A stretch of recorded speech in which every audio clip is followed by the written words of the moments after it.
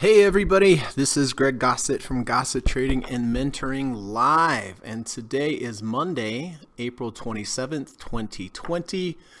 We are again in the first day of the new trading week and the last hour of the trading day. I mention this each day, but in my opinion, the most valid prices, the most valid time to make your buying and selling decisions is at the end of the day, in the last hour of the day, particularly in the last few minutes. I say this because during the day you have the day traders and you have the algorithms. They are the one that are controlling the prices. At the end of the day, you have the large financial institutions coming in. They take over. They are dealing with the most money. They have extremely smart people. They have the best information, the best technology.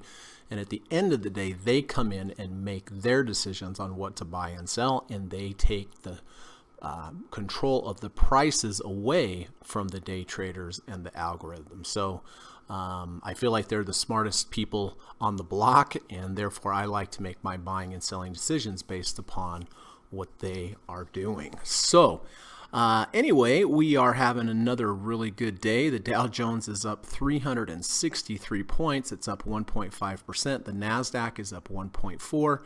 The S&P is up 43, up 1.52%. So, and the clear winner on the day is the Russell 2000, up 5% today. So, the Russell 2000 IWM is the clear winner on the day, and the NASDAQ is performing the least well today. So anyway, thank you all for coming. I really do appreciate it. It's always great to see you here. I always look forward to seeing everyone. I think we have a great group, such good input, great people, great comments, great poems.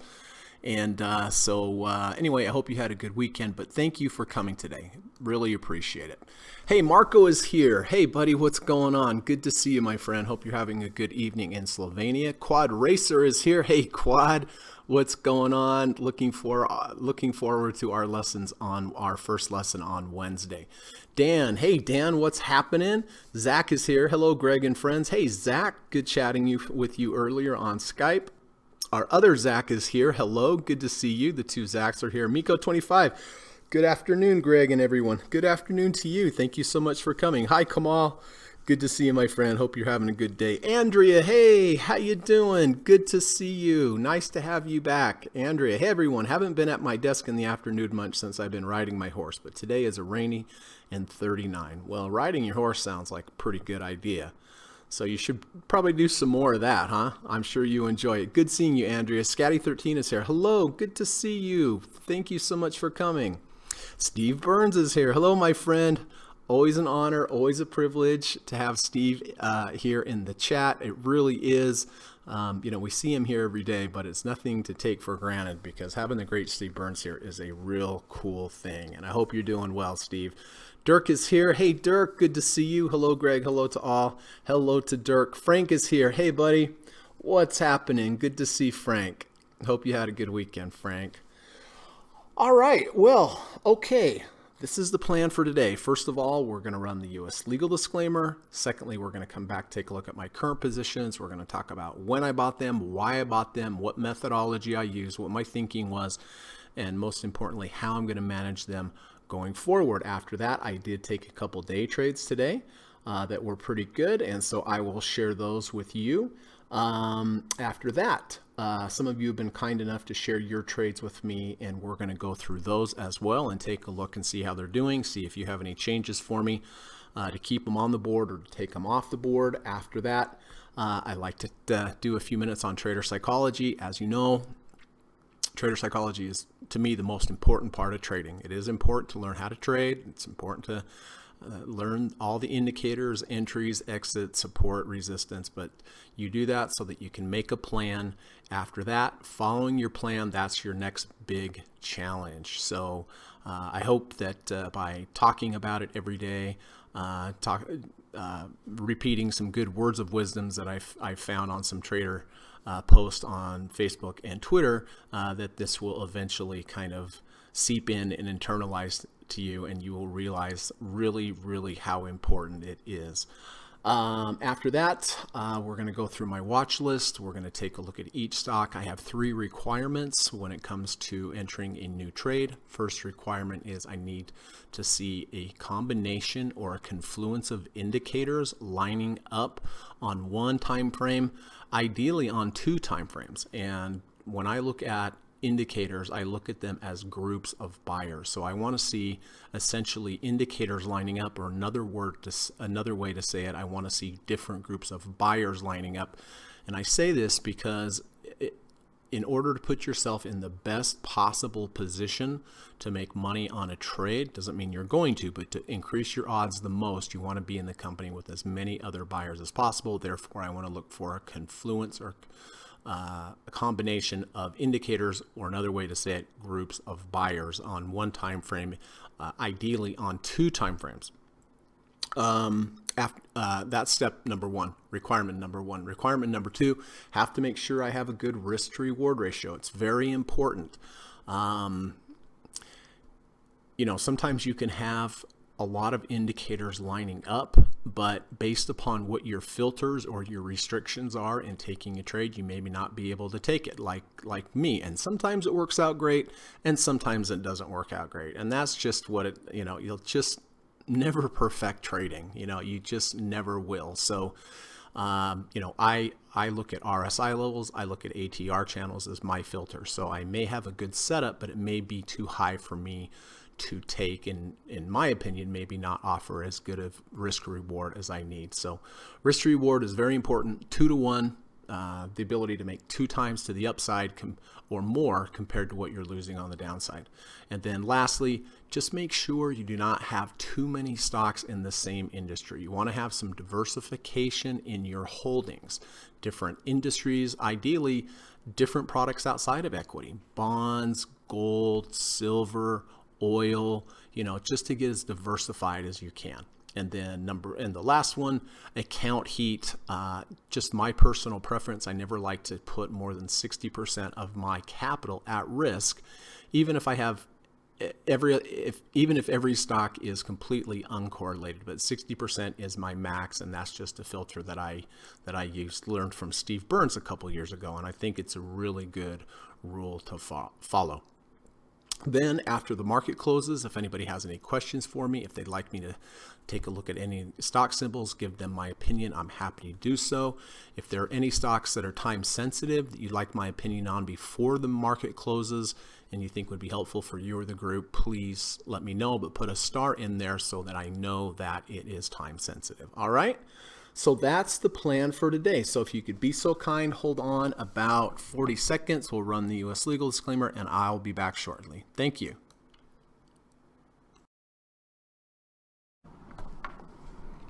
This video or live broadcast, like all instructional materials produced by Gossett Trading and Mentoring LLC, is created and published for informational and educational purposes only.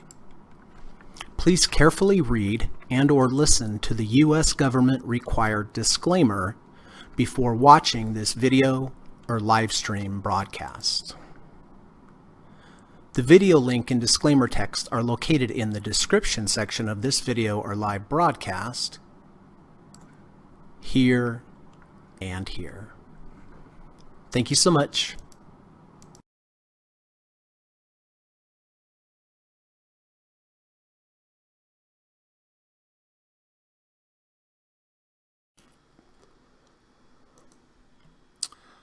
All right. Thanks for holding through that with me. David is here. Hey, David, good to see you, my friend. Appreciate you being here. Steve Burns says, Beyond Meat rejected the 200-day SMA today. Yeah, I did notice that. Rejected it in a big way, didn't it? Look at that. So what do we have? Boy, was that a confluence of indicators right there. 200-day, 6th ATR channel, V1 to the downside, and bearish engulfing bar. Boy, that's a big signal there if you were in down 10% today. My gosh. I know Zach had me look at this earlier on a 5-minute, and Zach, I don't know if you took that trade or not, but if you did, let me know. Boy, yeah, that's a big volatility bar. Yep, for sure. MA, hola to you. Good to see you. Steve Burns says SQ has a 1050 moving average crossover today.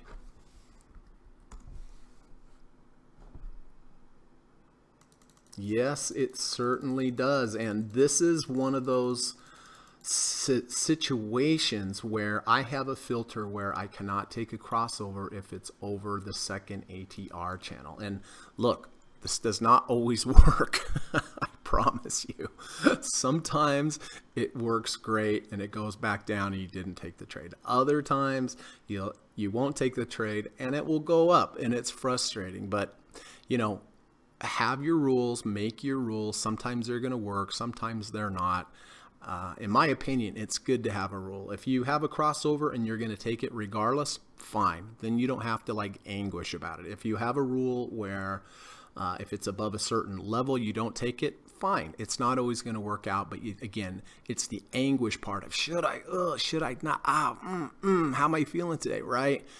Just in my opinion and my experience of trading for so long is you're not going to win them all. Sometimes you are, sometimes you're not, but just stick with your rules and at least have a little peace of mind. And if they get away from you, then they get away from you, right? That's all there is to it. Frank, hey buddy, good to see you with the poem. Every trade is a drop of rain. It provides liquidity to grow the grain. Oh, nice. Stocks would be in desperate need without the traders to nourish and feed. Just don't get stung by a bee. Every trade is a drop of rain. It provides liquidity to grow the grain. Stocks would be in desperate need without the traders to nourish and feed. Just don't get stung by a bee. You know, that is so true. The market needs buyers and sellers. It's like a living organism, and it needs buyers or sellers. That's why if something goes down and there's no more sellers, well, then it will go back up, because the market is like a hungry little beast that wants to find where the most action is. And if you run out of sellers, then it goes up. If you run out of buyers, then it goes down. It always goes to where there's action. Thank you, Frank. Bob, hey, good to see you. Steve says, Frank, you are amazing at these trading poems. Thanks for sharing. Yeah, I 100% agree. I mean, I'm blown away every day, not just because he can make things rhyme, which is very impressive to me, but just the content. I mean, my gosh. Hey, Mount Doji's here. Good to see you, buddy. Hope you're having a good day. Hope you're having a good day. All right, well, let's get to it, should we? Shall we, I guess? Okay. So I did buy Adobe back here when we had the 1050 crossover. I bought it because when it triggered, it was not above the second ATR channel. Immediately reversed, but did keep the 1050 crossover going. And I did not have to sell half because it did not close below the 50 EMA. If I have a 1050 EMA or a 520 EMA, I get out. If the price closes below half of them, I get out of half. If it doesn't, I'll just keep it, and it is moved up nicely in the profit on the trade now.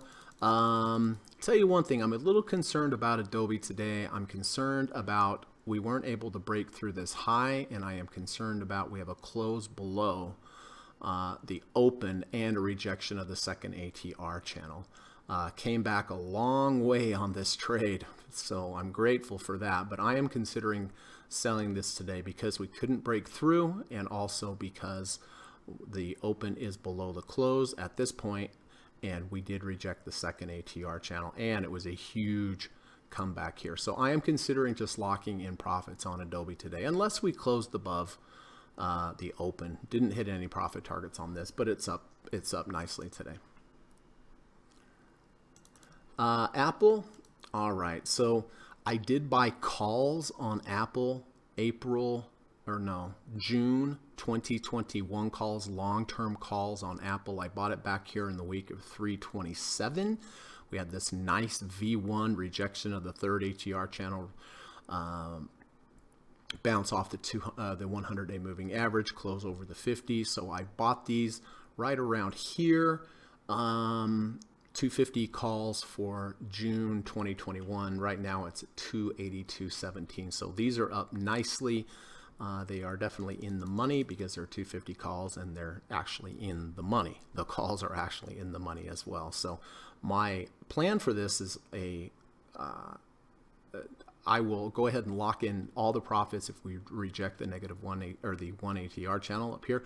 I'll go ahead and have to take a loss on these if they close below halfway of this washout bar. So that's the plan with Apple.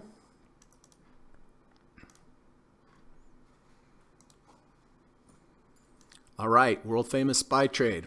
In case we have some new viewers today, I do buy the SPY every day at the close. I hold it overnight. I take the risk. I sell it first thing the next morning. I do this based upon a back test from Liz Ann Saunders, Appy Spoke Invest. This back test is tested every day since 1993. Two options. First option, buy the SPY at the open, hold it through the day, sell it at the close. If you use this approach every day from 1993, you'd have returned a negative 13.9%. for all your trouble and work. However, if you did the opposite, which is what I do, buy the SPY at the close, hold it overnight, take the overnight risk, sell the first thing the next morning, you would have gained 634.2%. So there's a huge difference in when you buy and when you sell. Past performance is no guarantee of future results. That is true. Here's a chart of the buy in the afternoon, sell in the morning is the blue line. You can see over time this is done very well, although there are some pretty extreme moves in here, which I have gone through this year. 2019 was a great year, but it's getting a lot better. I gotta say that in the last month or so, it's been pretty good. Orange line's the buy in the morning, sell in the afternoon. You can see this has not done much. So over time, this has done well. Doesn't mean it's going to in the future, but if I'm going to allocate money towards something, I'm going to allocate it towards something that has a good back test, and this does. You know, I use a small position size, 10% maximum of my account, because I know these drawdowns are coming and I don't want it to be with too much exposure. I just want to be able to ride it over time and hopefully this keep going up. So that being said, I did buy the SPY yesterday or Friday at the close, 282.97, and I sold it at the open at 285.02. So pretty nice overnight trade, huh? And we've had some good just in those last 4 days. Buy here, sell here, buy here, sell here, buy, sell here, buy, sell, buy here, sell here. Much higher than the open though, but still, you know, almost $3 overnight. So very thankful for that. Next position, I did buy MasterCard here Friday at the close. We had a higher low V1. The higher low V1 is when the day that I buy it, we went below or washed out the previous low, closed above the previous day's close. In addition, had a 520 crossover. 520 crossover doesn't backtest that well on MasterCard, but it's just kind of an additional signal. It never hurts to have a crossover, I can tell you that. So it was a higher low V1. Also painted the green triangle. Green triangle is when you have the previous day. The day of the green triangle, we go up and reverse, essentially a V1 to the downside, and which is a bearish signal, but followed immediately by a positive signal by taking out that high. So all sorts of different stuff going on here. I did hit one profit target here today at 264.30. What is this line here? Oh, I think I was looking for a day. Yep. So we did just hit the profit target there, 264.30. Earnings coming up. I'll have to get out of this before that happens, but up 2.36% today. So very happy with that. And my plan for this is if it rejects the 50-day moving average, I would have to go ahead and get out. If it closes above the 50-day moving average, I would go ahead and keep it and then get out if it closed back above. But earnings are coming up on the 29th in a couple days, so I'll only be able to hold this a couple more days, but it is up 2.24% today. So happy with that. All right. Apple again. I did take a intraday trade on Apple. Back here. We made a lower low. We came into the value zone. Then we have this higher low V1. Here's bar 1, bar 2, thoroughly washed out bar 1, closed above bar 1's close, back into the value zone, bullish engulfing bar. I got in here at 281.27. And I got out here when we rejected the 50 moving average. You see we went above it and closed below it at 282.03. So 182 or 281.27, got out at 282.03. So anyway, pretty nice trade there. Not quite $1, but 5, 10, 15, 20, 25 minutes, close to $1 profit. So definitely grateful for that. It went on to just go higher, but that's okay, right? We're not always going to get everything. Lastly, I did take a trade on USO. You know, I talk about being above the 1 ATR channel, coming back into the value zone, moving sideways, and then getting a V1 or a V2. Well, here's where it happened. Here's day 1 or bar 1, bar 2, washed out bar 1, did not close above bar 1's close. Bought it here at, I bought it right here in the middle at 216 when it triggered. I didn't wait for the end of the bar. I bought it at 216 with a return to value V2 and immediately went up. I did get out here when it rejected the 50 EMA at 216, 219 I mean. So I got in at 216, got out at 219. Doesn't seem like a lot, but it is 1.39%. So, and on a $2 stock, of course, you buy a lot of shares. So grateful for that. All right. So lots of good trades today, all of them up. So definitely happy for that. Okay, now let's go over to your trades. All right, so Bing He did buy the TLT back here on 417. I think he bought it because the previous day closed above the 1 ATR channel. Has been a nice trade so far, profitable, but today it moved back down and a little underwater. So Bing He, if you're out there and you have any changes on this, you just please let me know, okay? QLD. All right, Steve bought this. Steve Burns bought this using the 1050 crossover. He bought it here at 82.20. Next day went down, kind of sideways. Oh, no. Sorry. I was on the wrong stock. That was Nike. I ain't going to get to Nike. But he did buy QLD here at 109.38 when we had the 1050 crossover. Same signal. Moved sideways. Friday moved up nicely. Today up nicely. So he is up nicely on this trade with this crossover. I imagine he'll be looking for the 70 RSI or some kind of bearish reversal bar as a way to get out. So Steve, if you're out there and there's any changes, please let me know. Here is Nike. Steve also bought the 1050 crossover at 88.20. Next day went down and went up, and then today it's up nicely. He bought it at 88.20 and it's at 89.50. So congratulations with that, Steve. All right, Facebook. This is also a trade by Steve Burns. 1050 SMA crossover. Bought it at 185.20. Friday took off. Today it was higher, reversed back lower. Bought it at 185.20. Right now it's at 188.74. So Steve, if there's any changes with that particular trade, please let me know. Bob had a nice trade on Twitter. The previous, he bought it on the 23rd of April, had the 520 crossover. He didn't buy it on the cross. He waited for a little bit of a pullback. He bought it here at 27.89.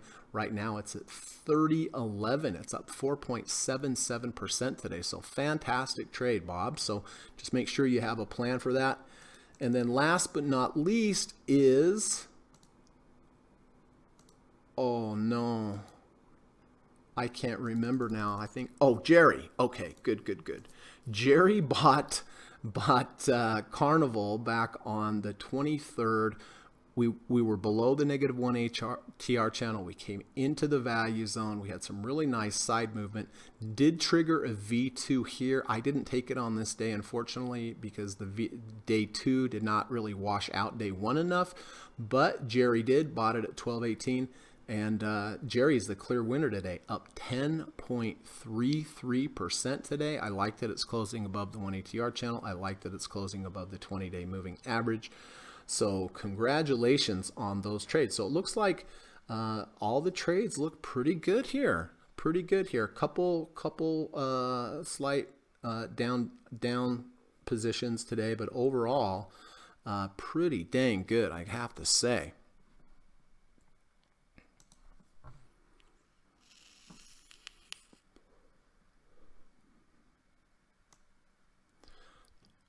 GPS.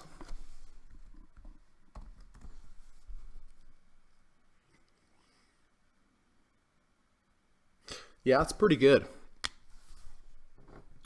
Above the 1 ATR channel, into the value zone, stop going down, 2 days of sideways motion, V2 here. MACD is positive. Let's look at the weekly. Creeping above the -3rd ATR channel, so that's good. I mean, now it's above it. That should act as support below. Yeah, this looks pretty good. If I were to take this trade, up 12%. Oh my gosh. If I was taking this trade, I would use a close below halfway of the washout bar here, or probably a rejection of the 50 RSI to the upside. But yeah, that does look good. That does look good, MA. Zach says, Greg, I did take Beyond Meat today at around what would have been 9:55. Your time was on the 5-minute bar. It looked to me anyway like it was under the -3rd ATR channel and then over. Also under the 30. We can review it live. I read those right, and you're wondering would have liked that one or not. I stopped out after a close below the 200 MA on the 5-minute, so didn't give it a lot of room to drop. Yeah, I remember that trade. We talked about it this morning, and I think I mentioned it was a good risk to reward. Difference, just because you have a great setup doesn't mean it's going to work, but you have to look for something that has a good risk to reward ratio. I think if we look at this, let's see, he's waiting for it to get above the 200. Well, that that would have been it, and then it closed right back below. Yep, that makes sense. Well, good. I'm glad you got out when you got out. Frank says, anyone seen Lulu lately? I have not.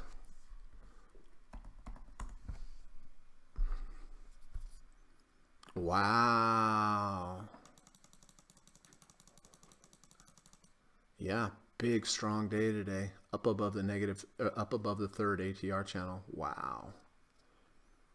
Zach, how do you keep from beating yourself up mentally when you sell a stock and it just goes higher?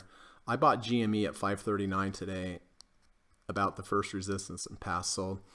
Now, it's just something you get good at, Zach. You just have to know you're never going to get the top. You're just never going to get the top. You just want to take a slice out of the middle. And I understand. I understand for sure. Seems like every time I put a limit order in above, it gets filled. I'm like, oh, I hit my limit order. It's going higher.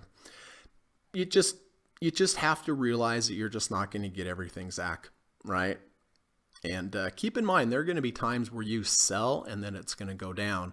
But for some reason, humans don't look at that as much or take that in considerations as much. They just look when they sell and it keeps going higher. Just have your plan, follow your plan, and the best way is just not to look at it anymore. Bob says, took profit at 30.12. All right. Beautiful trade, Bob.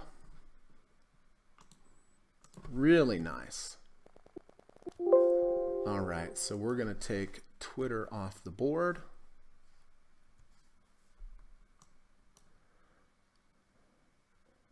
I'm out. Hey, Bing He, good to see you, buddy. Nice to have you here. Hope you're having a good morning in Singapore. Steve Burns says, looks like I will be holding QLD, Facebook, and Nike and adding Square today. Okay, so Steve's going to be adding Square with the 1050 EMA crossover. And I'm not going to be able to take this because at the moment it's above the second ATR channel. Although I will watch that and see if it closes below. All right, so Steve's holding on to QLD, Nike, and Facebook. Spice, Golden Cross.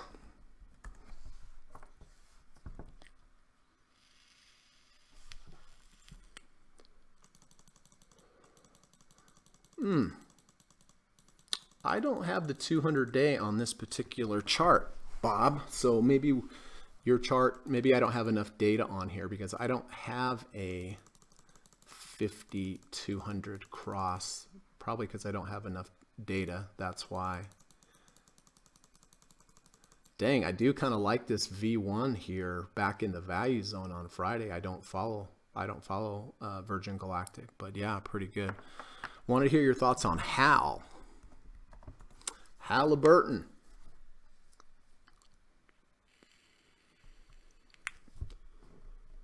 Well, it's positive in the fact that 2 days ago we made a high. Friday it went up, reversed back.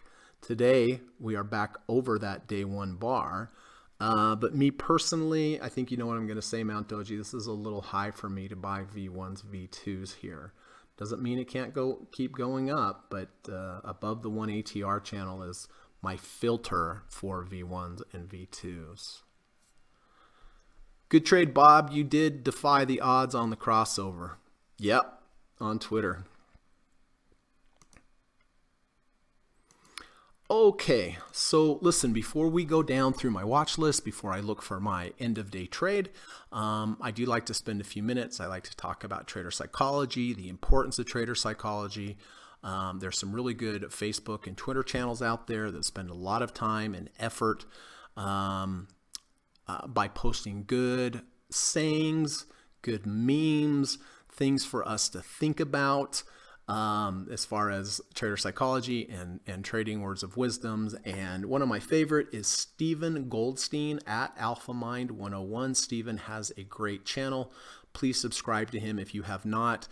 He also has a great podcast, the Alpha Mind podcast, where he interviews different traders, investors, from all walks of life, whether they're retail traders or whether they're professional investors, professional traders, hedge fund managers, all sorts of great stuff. I was lucky enough to be interviewed twice on his podcast, but it's the Alpha Mind podcast. You should definitely look it up, and you can find everything there at Alpha Mind 101. Steve says, you could read 1,000 books on how to swim, but they're all worthless the moment you enter the water for the first time. Welcome to trading. You can learn all about it, but it's meaningless if you don't learn how to keep your head above water. So, a couple things we can divine from this. One, you can read 1,000 books on trading, and it doesn't mean you can trade, right? You need the experience. You need the repetition of trading. I mean, listen, I was a swimmer. I was a swimmer in college. And I'll tell you, to get good at swimming, you have to swim a lot. To get good at trading, you have to trade a lot. Steve says you can learn about it, but it's meaningless if you don't learn how to keep your head above water. And, the second takeaway here is, one, you have to trade to get experience, right? But if you cannot keep your money, if you're going to lose your money, if you blow up your account, you're never going to be able to become a good trader, right? You have to do something for a long time in order to become proficient and good at it. You have to practice the guitar a long time if you want to become good at the guitar. You have to practice trading a long time. You have to get experience under your belt to learn all the nuances and deal with all the psychological things. But if you go rushing into trading and lose a lot of money, you will never get good because you don't have the experience. So to get good at trading, you have to have experience. To have experience, you have to stay in the game. To stay in the game, you have to keep your money.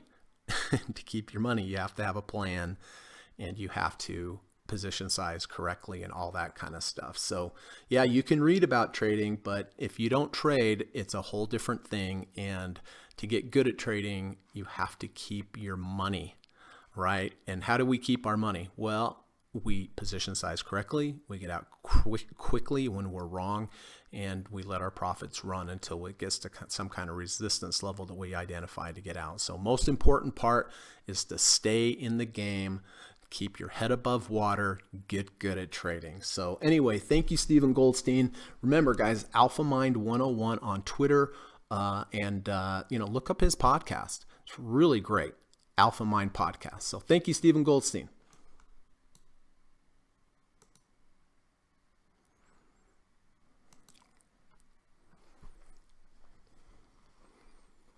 Oh, Bob says, sorry, SPY, okay.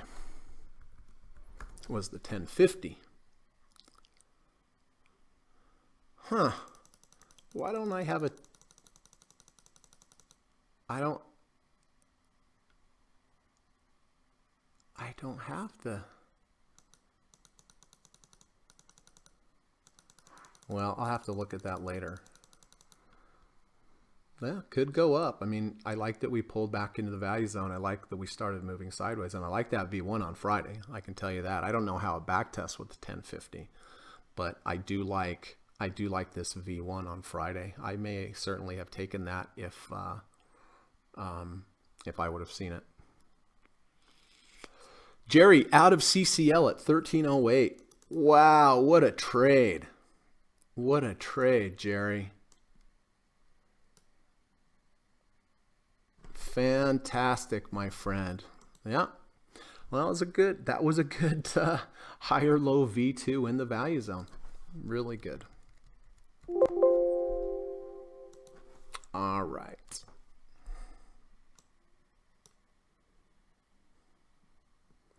So that leaves us with TLT for Bing He. That leaves us with QLD for Steve. That leaves us for Nike with Steve. Nike's having a big day there today, above the 200-day. That's even better. Facebook is our only down one today there. Did reject the 200-day moving average, and then Steve is looking at the Qs. No, not the Qs. SQ with the 1050 crossover. All right, and for me, Adobe, well, I'll tell you what, if it closes above its open, I'll keep it. If it closes below, I will not. Apple is fine. SPY, buying at the end of the day. MasterCard hit the one profit target there today. Happy with that. Don't see any rejections of anything. Rejection of that 50-day would be interesting. Let's see, Apple. Okay, I have that Apple on there because that day trade I took.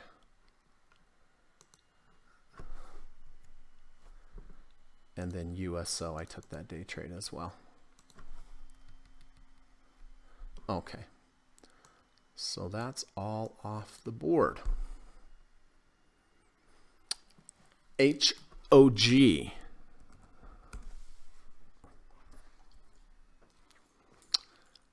Whoa.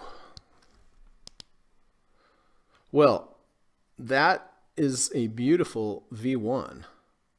It is a beautiful bullish engulfing bar. The only thing is, how high did that RSI get today? That would be my only concern. Didn't reject 50, so technically it's okay. We do have earnings tomorrow. So, you want to make sure you know.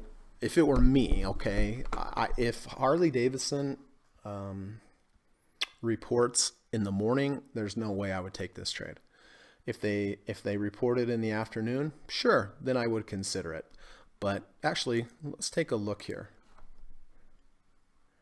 This is from Earnings Whisper on Twitter. Really like this chart. Found this from Steve Burns. But here are the companies, the big companies that are reporting this coming week. So tomorrow, yep, Harley Davidson is reporting in the morning. So me personally, I mean, everybody's going to do what they're going to do.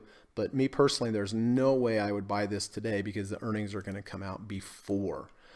Tomorrow afternoon, we have AMD, Alphabet, Starbucks, Ford. Those are going to be big names. Wednesday, Boeing, GE, Humana. After the close on Wednesday, Tesla, Microsoft, Facebook, eBay. That's going to be a big day. Thursday is going to be a big day with Twitter and Amazon. And it looks like some oil companies are going to report on Friday. So me personally, Harley Davidson, I could not take this because tomorrow morning it's going to have earnings. So you would have to gamble on earnings. Okay, well how much time do we have? All right.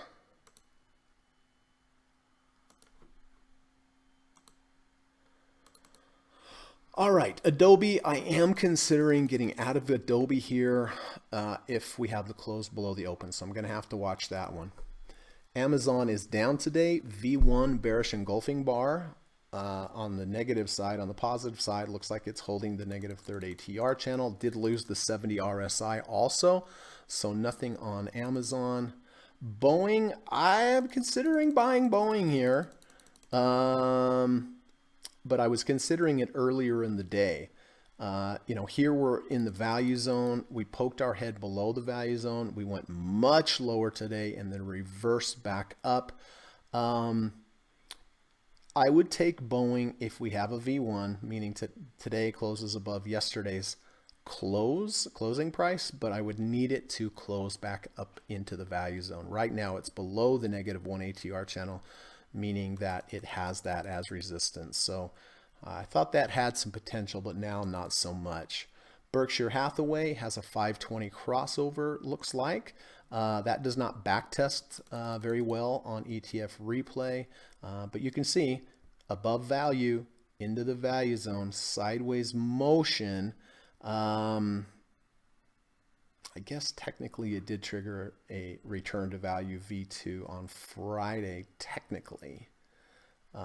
Nice move up today, but based upon the back test of Berkshire, I wouldn't take this with the 520 crossover. Beyond Meat, wow. Like I said, rejection of the 70, V1 to the downside, rejection of the 200-day, bearish engulfing bar. Does this mean to short here? No, I don't think so. I mean, a lot of the move is gone.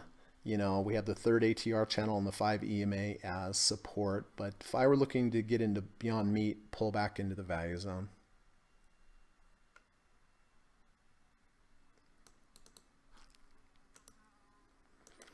Caterpillar, nice V1, nice bearish bullish engulfing bar, nice close above the 50-day moving average, all sorts of nice stuff. But we have earnings tomorrow. Let me take a look. Oh, shoot. Yeah, I think I'm just going to pass on that one. Carnival, great trades today.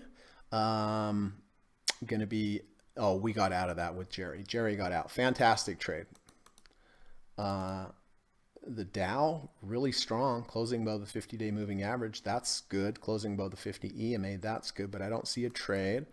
Walt Disney, my gosh, look at this trade. Well, here we go again. Pull back into the value zone.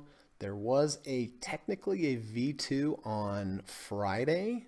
I went with MasterCard instead, but this would have been legitimate. Day 1, day 2, day 3, day 2 washes out day 1, day 3 closes above day 1's close.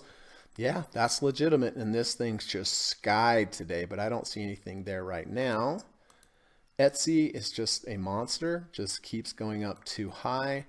Facebook, I mean, we did reject a lot of stuff today. We rejected the 100, we rejected the 200, we rejected the negative, or the third ATR channel, and the 250. So for me to get back, if I were to get back in Facebook, it'd have to be a pullback into the value zone. Gold, down a bit today. I'd like to see it come into the value zone. Google gapped up, reversed back down underneath the 200-day moving average. Really, I'd like to see it pull back into the value zone. Goldman Sachs, nice day. Big day today. Had a V1 on Friday, was a little too high for me, and I took MasterCard, so I don't see anything there. Home Depot getting up there into the rarefied air of the third ATR channel and the 200-day moving average, but it's been strong enough to hold above the 200, but not strong enough to hold above the third ATR channel. So again, just want to be patient, wait for a pullback. IBB, very strong today, need a pullback on that. Intel, you know, we had earnings, it gapped way down, reversed back up slightly today, but I don't see anything here. Russell 2000, extremely strong today. Extremely strong, getting up near that third ATR channel. Oh, here's Glenn. Glenn says, hi, Greg. IWM is leading the cues now. If IWM continues tomorrow and breaks and closes at 130, I will be out of the short. Yeah, okay. Yeah, Glenn was short IWM and long the Qs because the Qs were the strong one and the IWM was the weak one. But today it's kind of reversed. Johnson & Johnson, just up at the third ATR channel, need a pullback. CarMax, wow, what a strong move this is today. Holy smokes, just too extended.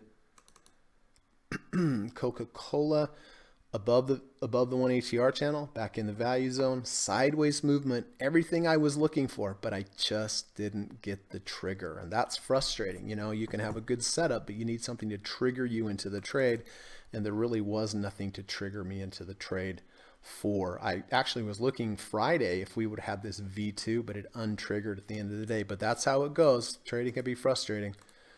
Lockheed Martin, just hanging around the 200. I don't see anything there particularly. MasterCard I do have. I bought the higher low V1, 258.14. Right now it's at 264.97, so that's been a nice move. I'm going to be waiting and hit the one profit target. If I reject the 50-day moving average above me, I would get out, but so far so good. McDonald's, just kind of range bound. Don't see anything there. Merck, wow, look at that. Big, strong move with volume of the 200-day moving average. Earnings tomorrow, though.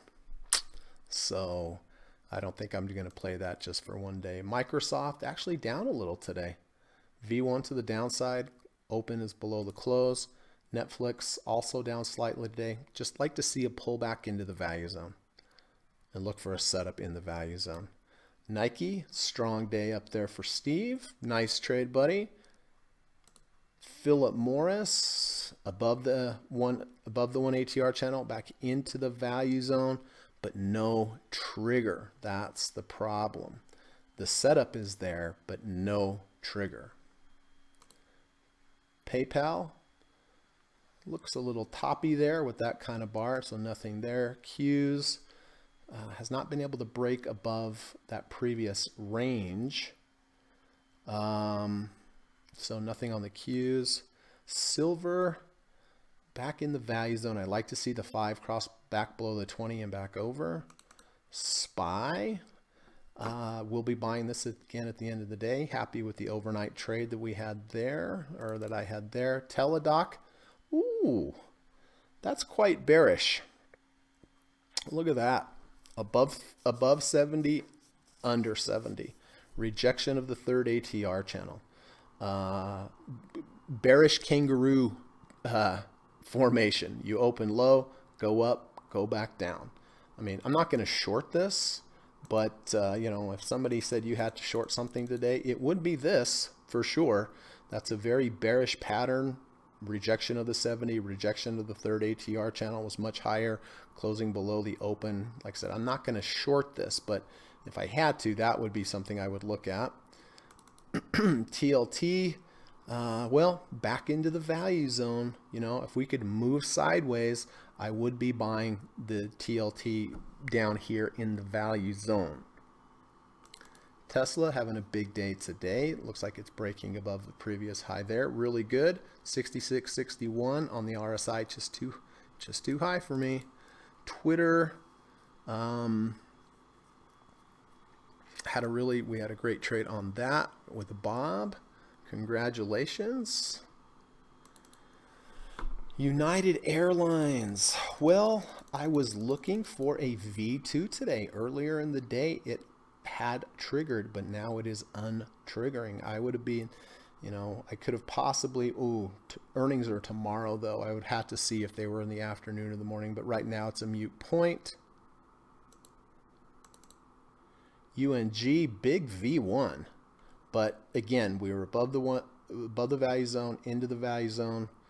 Yeah, it's a V1, but there was no sideways movement. UNH, nothing. Oil down, or USO down 16.54% today. Look at these gaps that are happening. Look at this big gap. Look at this big gap. Usually those gaps get filled. USO has just been annihilated in the last week. If you guys have been watching that, but nothing there. Although I did have that little day trade on it. VIX down to the 50-day moving average and holding a little support. Verizon just moving sideways. Walgreens, don't see anything there either. Walmart above the 1 ATR channel, back in the value zones, what I've been looking for. Energy, interesting. Energy's up on a day when the Dow's down, or the oil's down so much. Just goes to show you it's very hard to figure this kind of stuff out. XLF had a 520 crossover. Don't believe this back test very well. Did have this nice V1 on Friday, and I was choosing between this and MasterCard because they're both financial, have to do with finances, but I went with MasterCard instead of this one. Otherwise, I would have taken this one. Real estate, utilities, no. Healthcare, just too high. Zoom. Hey, Zach, if you're out there, remember we were talking about Fibonacci's, and if you have a big down bar day, that it's not surprising if we get a rally, but it would usually fail at the halfway mark. Well, look at that. Big down bar. See how we rallied right to the 50% Fibonacci of that bar. It's interesting, yeah? Okay, Glenn, with the big five, keep the market grinding up or signal the pullback into the end of the month. Boy, it's hard to say. VIX, I just looked at VIX. We're below the 1 ATR channel. Yeah, we've caught support here at the 50-day moving average. It bounced off it, but that's not strong enough of a signal for me. HTZ. Hertz. Interesting.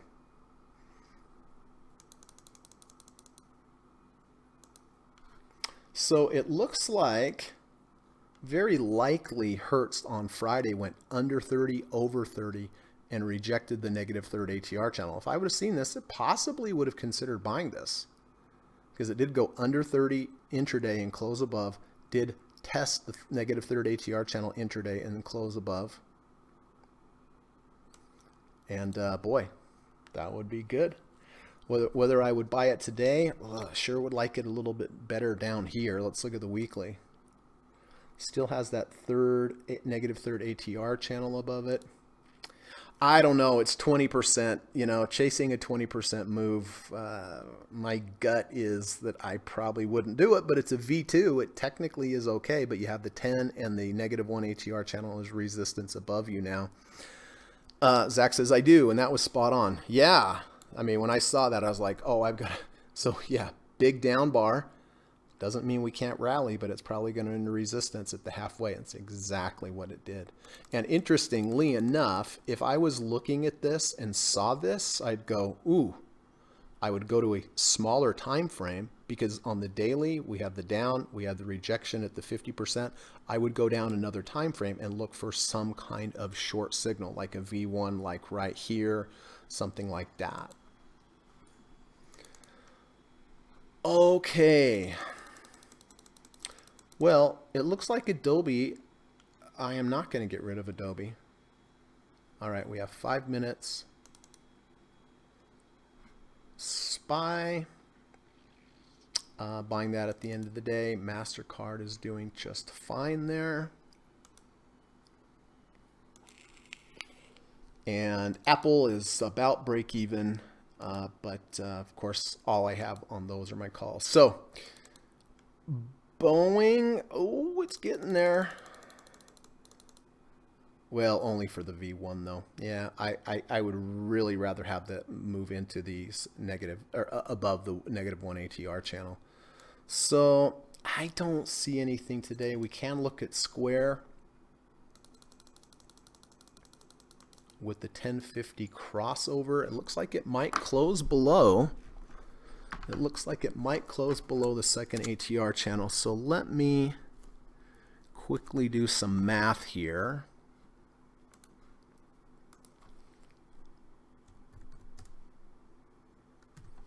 So I would take my maximum loss, whatever I'm willing to risk, divide it by 8.78. That is a 2 ATR stop. And that would tell me how many shares to buy for my emergency stop, not for my end of day stop. So if I did buy here today, my maximum loss is 8.78 below. So right about there.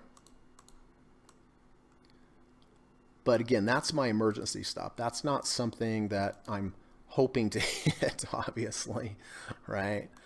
My stop on this particular trade, my end of day stop, would be if the price closed below both the 5 and the 10 and the 50, I'd get out of half. And if the 10 crossed below the 50, I would get out of the full amount. To the upside, hard to say. I mean, it's not hard to say, 70 RSI, but I would definitely be aware of how it reacted around the 200-day moving average as well. That would be a bit of a red flag.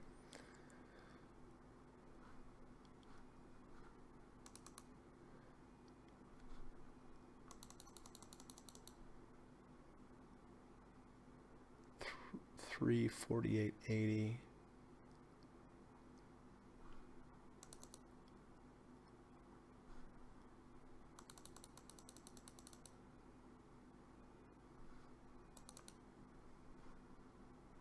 Yeah, you're right, Steve. It is going to be a photo finish. The 10 EMA is at 60.32. The 50 EMA is at 60.32. So right now it is close. It is above.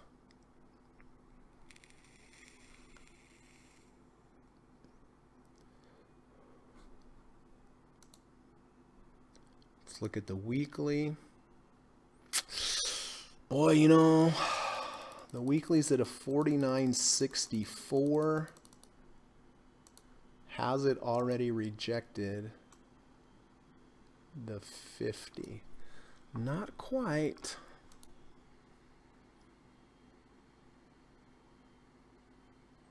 Yeah, I think I'm going to pass. I think I'm going to pass with that 200-day moving average above. Looks like it is going to have the crossover, though.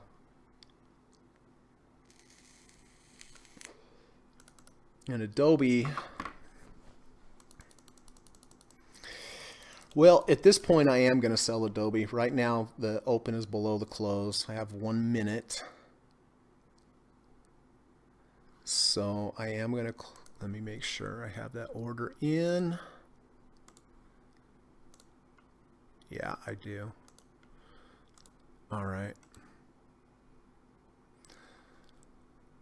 So I am going to sell Adobe. It wasn't able to break above there.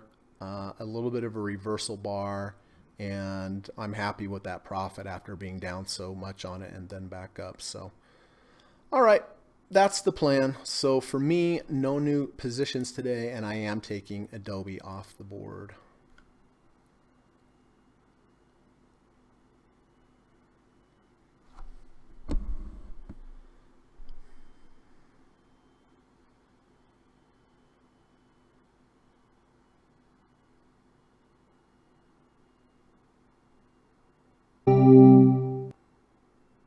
Okay.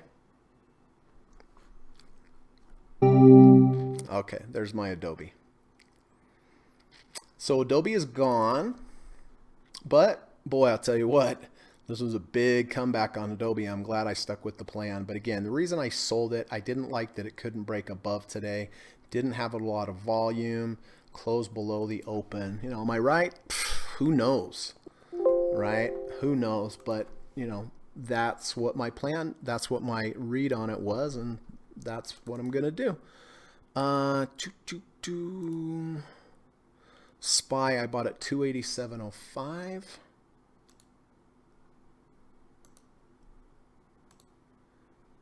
Well, that's good. 287.05. The overnight SPY trade's been working pretty well lately. Knock on wood. Don't want to get cocky about this. As soon as you start getting cocky, that's what happened. Just an observation. It has done quite well over the last couple months. MasterCard, still have MasterCard. Hit the one profit target today. We'll be getting out regardless before earnings, but up almost 2.5% today. So that was good. All right. So listen, I'm going to go through the rest of the comments and questions. If you have any stock symbols you'd like me to look at, or just anything, any clarification, please let me know. Just want to hurry and put my quick little daily plug in and let everybody know that I do offer private one-on-one coaching and teaching lessons in the evening time via Skype. I have been trading for 24 years full time. I have studied with some really great coaches and mentors and teachers over the last 24 years, like our friend Stephen Burns, Dr. Alexander Elder, Carrie Lavorne, Larry Williams. And I do have a course. It's 5 sessions. Each session is 3 hours. Live, you and I on Skype. It is $1,000, but I think it is worth every penny. And in that course, you know, I teach you everything that I've learned in my own experience and everything that I've learned from all of my mentors and teachers, like the ones I just mentioned. So I think it's a great course. It's a really interactive course. During the first part of each session, I teach. The second part, I ask you a lot of questions. We look through a lot of charts. We do a lot of chart study, and it's not me breaking down the charts. It's you breaking down the charts and teaching back to me what I just taught you. But, you know, basically, all right, where are we at? Do we have a trade here? We don't. What are we waiting for to a trade to the upside? Or if it goes down, where's our trade to the downside? Are we in? Where's our profit targets? Have we gotten out? Have we hit our stop? And we just do hundreds and hundreds and hundreds of these. And, in my opinion, the best way to learn is you have to have a mentor and you have to work with someone one-on-one. I mean, sure, classes and books, they're great, 100%, right? Like, I read all of Steve Burns' books, but I just felt like I wanted a little bit more, and that's why I approached him and said, look, I want you to teach me one-on-one. And it makes all the difference in the world. And so that's why I don't really teach seminars or anything like that. I just like to work one-on-one with people because, in my opinion, it's the best way to learn. It's the best way to get those repetitions in there. And that's how I like to learn. So that's how I set it up. So if you're interested in taking this course with me, please reach out to me. You can send me an email to the description in the video. You can send me a message on Twitter. But before I take on a new student, I like to have a Skype call with them. And by the way, the Skype call is totally free and there's absolutely no pressure. I don't want to pressure you at all into taking this. And I don't like when somebody pressures me. But it's really just a call to get to know each other a little bit. Put a face with the name. I like to ask you questions about your trading career, what your challenges have been, what your goals are, and it's a good time for you to ask me all the questions you want to about the course. I have people write me and say, hey, tell me about the course. Well, I'd rather talk to people, right? So we can get some back and forth, because sometimes it's limited just by typing. Just by typing an email. So it's a good way for you to learn about the course, ask questions about the course, me to learn about you and see if it's a good fit. So, if you're interested in that, please reach out to me. Again, emails in the description. You can reach out to me on Twitter as well. And then secondly, if you like today's podcast, I would really appreciate it if you could hit the thumbs up button. It does help to grow the channel. A lot of people out there need help with trading. They could really probably benefit by learning some good trading principles. So if you don't mind, before you check out of here, if you did appreciate the content and it's helpful, to hit the thumbs up button. So, all right, that's that. Okay, so Steve, let's see. Javier. Hey, Javier. Hey, thanks for this live stream. How does the value zone get defined? Well, the value zone is defined anywhere, Javier, between this green line and this green line. This is the 1 ATR channel, meaning it's 1 standard deviation away from the mean. And here's the negative 1 ATR channel, meaning it's 1 standard deviation to the bottom of the mean. The mean's right here in the middle of this channel. So a 1 ATR is the top of the value zone. The second ATR is the bottom of the value zone.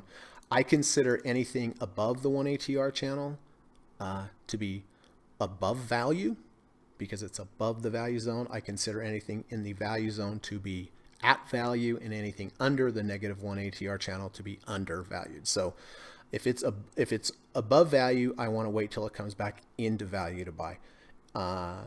I can buy under value, but I'm probably going to sell it when it gets back into value. And this is what I've learned from Dr. Alexander Elder years and years ago, but this is a big thing for him and Kerry Lavorne.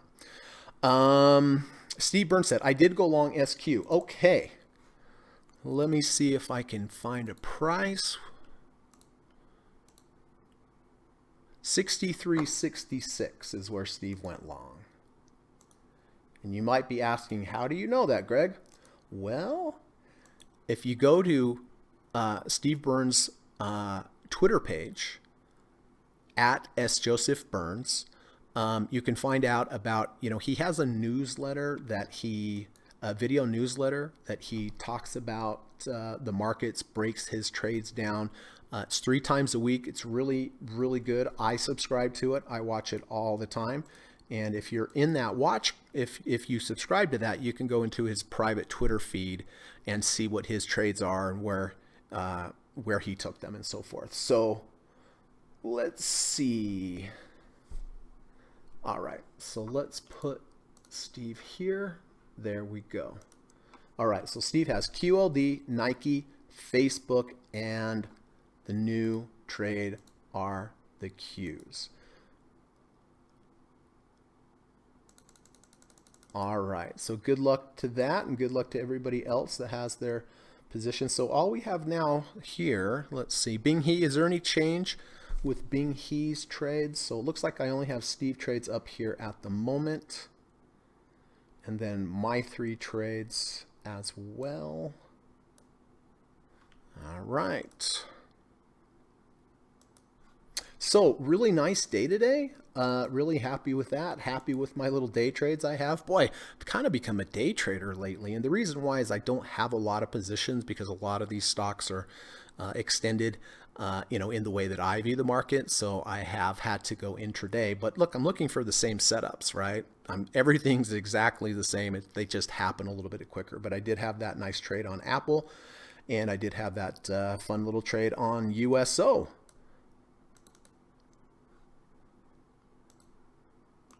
Now, Zach was just asking me about how do you deal with stocks that come back or keep going further. All right.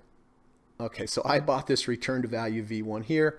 I sold it here, right? Not a ton, but percentage-wise, it was really good. Did it come back? A little bit. But here we are above the value zone. Now we're back into the value zone, moving sideways. This is where I would look for another V1 or V2 again. A lot of volume in that last second, or in that last 5 minutes.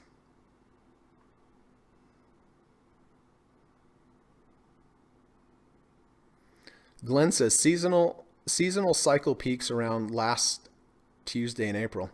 Yeah, well, there's that old saying, go away in May, right? The best April is generally a pretty positive month for stocks, and starting in May, I think through October or November, there's generally kind of a downward bias on stocks, generally, not every year. But yeah, that makes sense, Glenn. Kamal says, thank you, Greg. Thank you, sir. Zach says, thanks for everything. You're welcome, buddy. Glenn says, November, April returns far out, way May, October. Yeah, that's exactly what I was. Okay, so it's November. Yeah. Buying in November, saying in April. That's why they say buy in November, go away in May. Because from May to October, generally the market goes down. Javier, great. Thank you. Thank you, Javier, for coming. Appreciate it today. Oh, GM got Amazon today.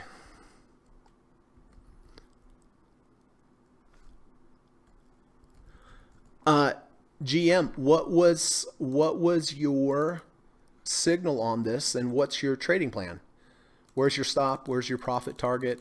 2350. I didn't my target, but it was good enough. I have to close before end of day.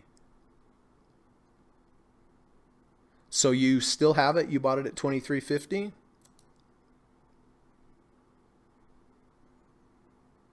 Oh, no. You didn't get it at 2350 because it didn't go down there. So maybe I'm confused. Did you have a limit order at 2350 GM, or did you buy it at a different price? Zach says, thank you, Greg. Gonna run. Have a great day. I appreciate you looking over the Beyond Meat intraday trade with me. You are certainly welcome. GM says, remember last Friday? No, I don't remember. I don't remember, GM. Maybe you can fill me in.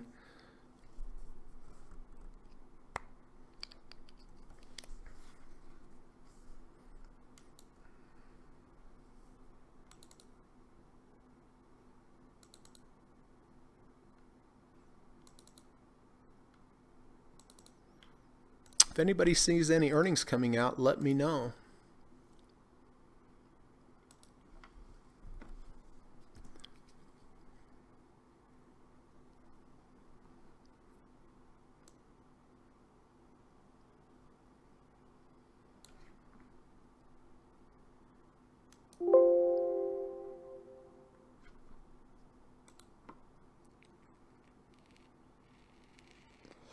Oh, sorry about that, GM. So I didn't put that down for you on Friday. So you bought it at 2350 and you sold it today. So it looks like it was profitable then. All right. Bob bought Spice at 1792. He's already in the money a penny. Fantastic. All right.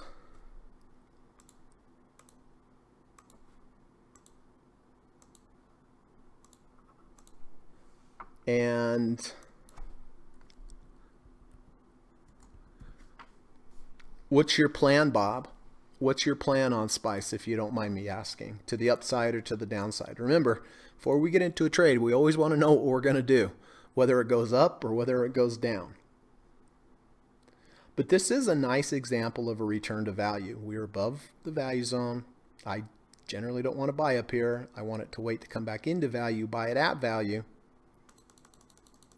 You know, Dr. Alexander Elder, I studied with him one-on-one, and he always told me, when we were talking about value zones and so forth, he always told me that investors are the only people that don't want to buy anything on sell. They want to buy full retail on stocks when they're high, but they don't want to buy them when they're low. They don't want to buy them on sell. Everything else they want a deal on, but for some reason, not stocks.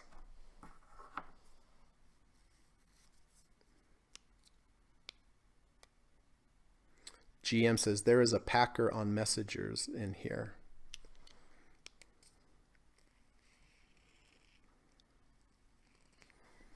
Bob says a stop at 1702.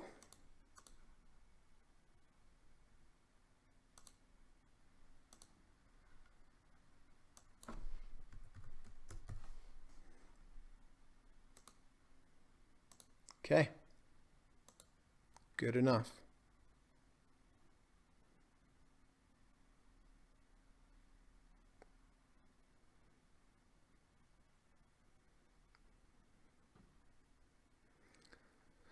Thanks, Dan. Bing, he says, Greg, at your level now, do you still search around to learn new strategies to trade?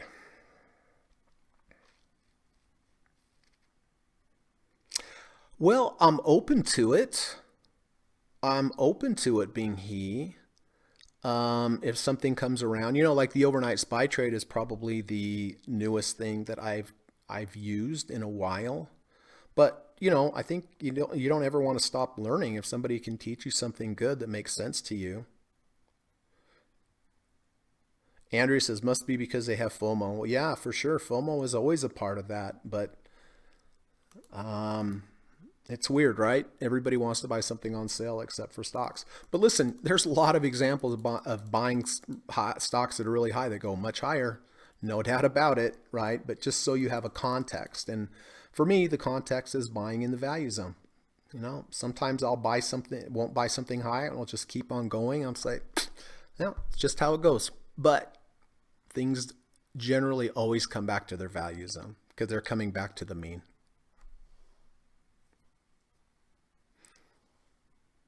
Oh, and by the way, Bing He was nice enough to send me some code for Trading View for moving average crossovers on Trading View, and he sent that to me and said, please let people in the group know. So if anybody's interested on the code for in the use of not Trade Navigator, that's mine, Trading View. Just send me an email and I'll send you the code that Bing He was nice enough to share. Bob says, Greg, where would you put your price, your stop on? Well, okay. So honestly, Bob, if I would have bought this, I would have bought it on Friday. I mean, everything in 2020, right? But we were above the value zone. We came back into the value zone. We kind of started to go sideways. Then we had this nice V1. Had I bought on Friday, I don't think I would have bought here. I mean, I hope this goes up for you, but I would use a stop below halfway of the washout bar. Here's day one. Here's when we washed out and reversed back up. Me personally, I would probably right here at about 1657, that halfway mark.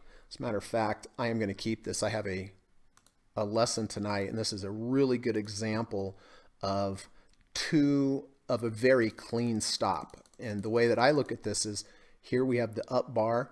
Zach, if you're still listening, halfway is the Fibonacci support level. And you see how the 100-day kind of dovetails with the halfway of Friday's bar.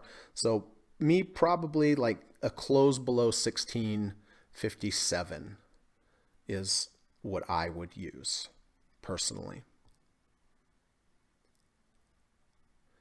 Bing He said, I saw something about volume spread analysis where it looked at bar by bar on the price and volume and drive the story behind each move. What's your thoughts? Yeah, I think TrendSpider does that. I think the TrendSpider platform does have an analysis of what the volume is, but I'm sure there's something to it, but that would be something new to me, Bing He. So I really don't, I guess my thoughts are that there's probably something valuable in it. There's a million different ways to trade. There's a million different indicators. But I don't know about all of them or how I would apply each of them. I just try to use the indicators that I have, and it seems to work pretty well. But again, trading is very personalized to people, and look into it. Maybe you'll find something of value.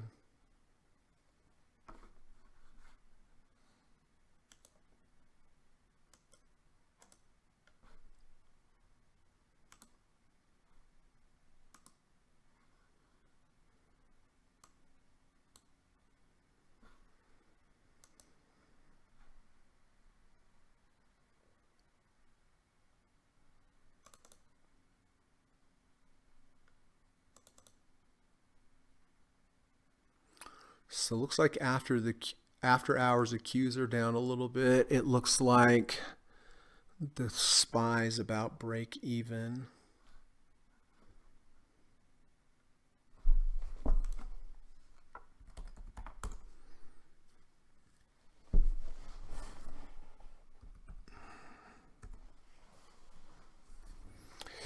Yeah, it's a tough game trading.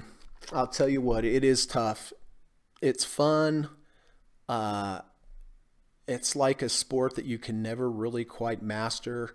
There's certain times of the year where you feel like you can do no wrong. There's certain times of the year where you feel like you're never going to make another penny in your life. I mean, really, like you are convinced that there is no possible way to make one profitable trade. But listen, it will turn around. You'll go back on a winning streak, and your winning streak will end. You'll feel like you can never lose another penny, and then it will end. And it just happens over and over and over and over again. That's why the psychology part is so important. That's why staying in the game is so important. That's why position sizing is so important. In my opinion, position sizing is the most important part of trading.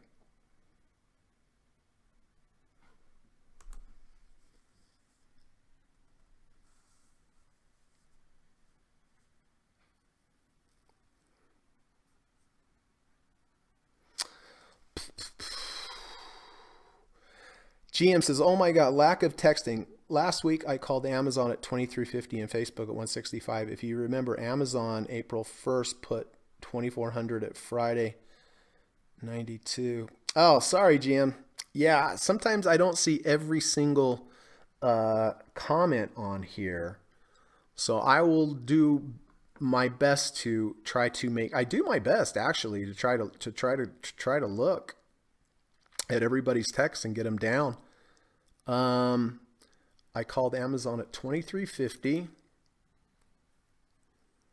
and Facebook at 165. If you remember, Amazon April 1 puts 2024 Friday bought 2 and closed 2 today. Okay. Yeah, sorry man. Sorry man, but good calls. Bob says I did a CSAN for 1050 cross. Saw Spice with its V1 yesterday and liked the two signals.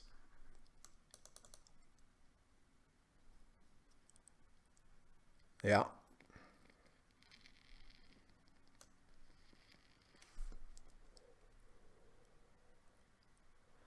All right. But it was good enough. I had to close before the end of the day.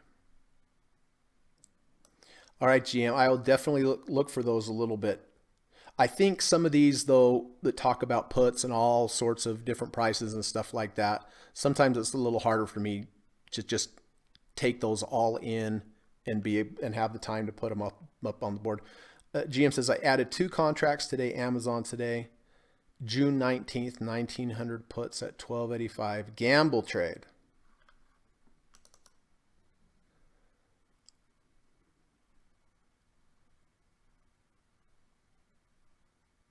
$12.85. Did you buy puts or sell puts, GM?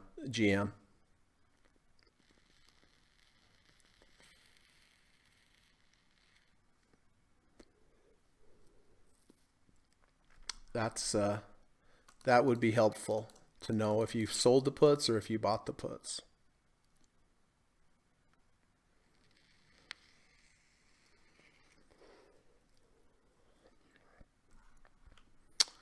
All right.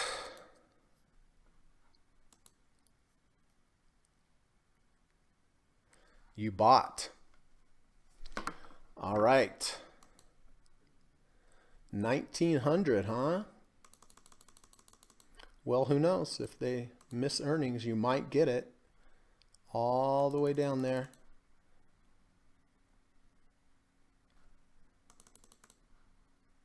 Well, who knows? It might go. Let's see, where is 1900? 1900.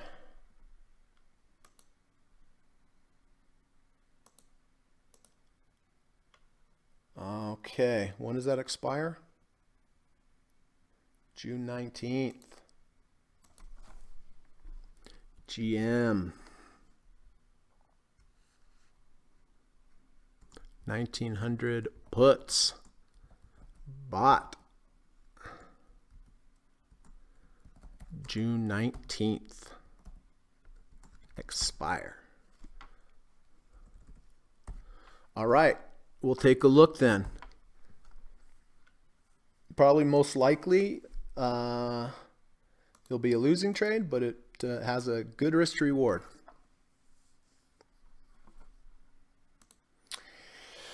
All right, everybody. Well, listen, I appreciate you coming today. I really do. I hope you have a good rest of your day. I hope you can go out and do something nice for somebody today, even if it's just giving them a call and saying hello. Let them know you're thinking about them. But be nice to people, right? It's a good policy, and hopefully people will be nice back to you. But I appreciate you coming. I really do. I'm going to take my dog out and go for a little hike, enjoy the weather. And then I'm going to come back tonight and teach lessons.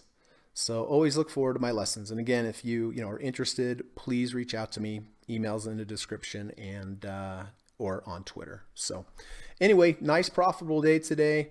Thank you, Miko25. Appreciate it. Good seeing you. Thanks, Bing He. Thanks to everybody. But have a good day. Be safe. Be nice to people. Do your homework on your charts. Make sure you have a plan. And all that good kind of stuff. All right. Take care. We'll see you tomorrow, hopefully. Bye-bye. U.S. government required disclaimer. Stock, options, futures, and Forex trading is not appropriate for everyone. While there is a potential for large rewards, there is also a substantial risk of loss associated with trading. The material in this video or live broadcast is not geared towards any particular individual or to any particular financial situation and is not intended to meet the particular investment objectives of any viewer. This video or live broadcast, like all instructional materials produced by Gossett Trading and Mentoring LLC, is created and published for informational and educational purposes only. Any and all information contained in, implied, or referenced by this video or live broadcast is not to be construed as investment advice, and no representation is made that any individual or entity involved in production of this video or live broadcast is an investment or financial advisor or is registered or authorized to give any financial advice. We are publishers and educators only. Therefore, the various producers of this video or live broadcast will not accept liability for any loss or damage of any kind which may arise either directly or indirectly out of the use of any of this material, including any loss of profit. No representation is made that any account or investment will or is likely to achieve the profit or losses demonstrated. We recommend consultation with a licensed and qualified professional before making any investment decision. This video or live broadcast is not to be construed as an offer to buy or sell any security, financial instrument, or financial product of any kind. Notice is hereby given that any individual or entity involved in production of this video or live broadcast or their clients may have an interest in any security, financial instrument, or financial product mentioned or referenced. Any simulated or hypothetical performance result depicted does not represent actual trading and therefore may under or overcompensate for the impact of various market factors such as lack of liquidity. Thank you.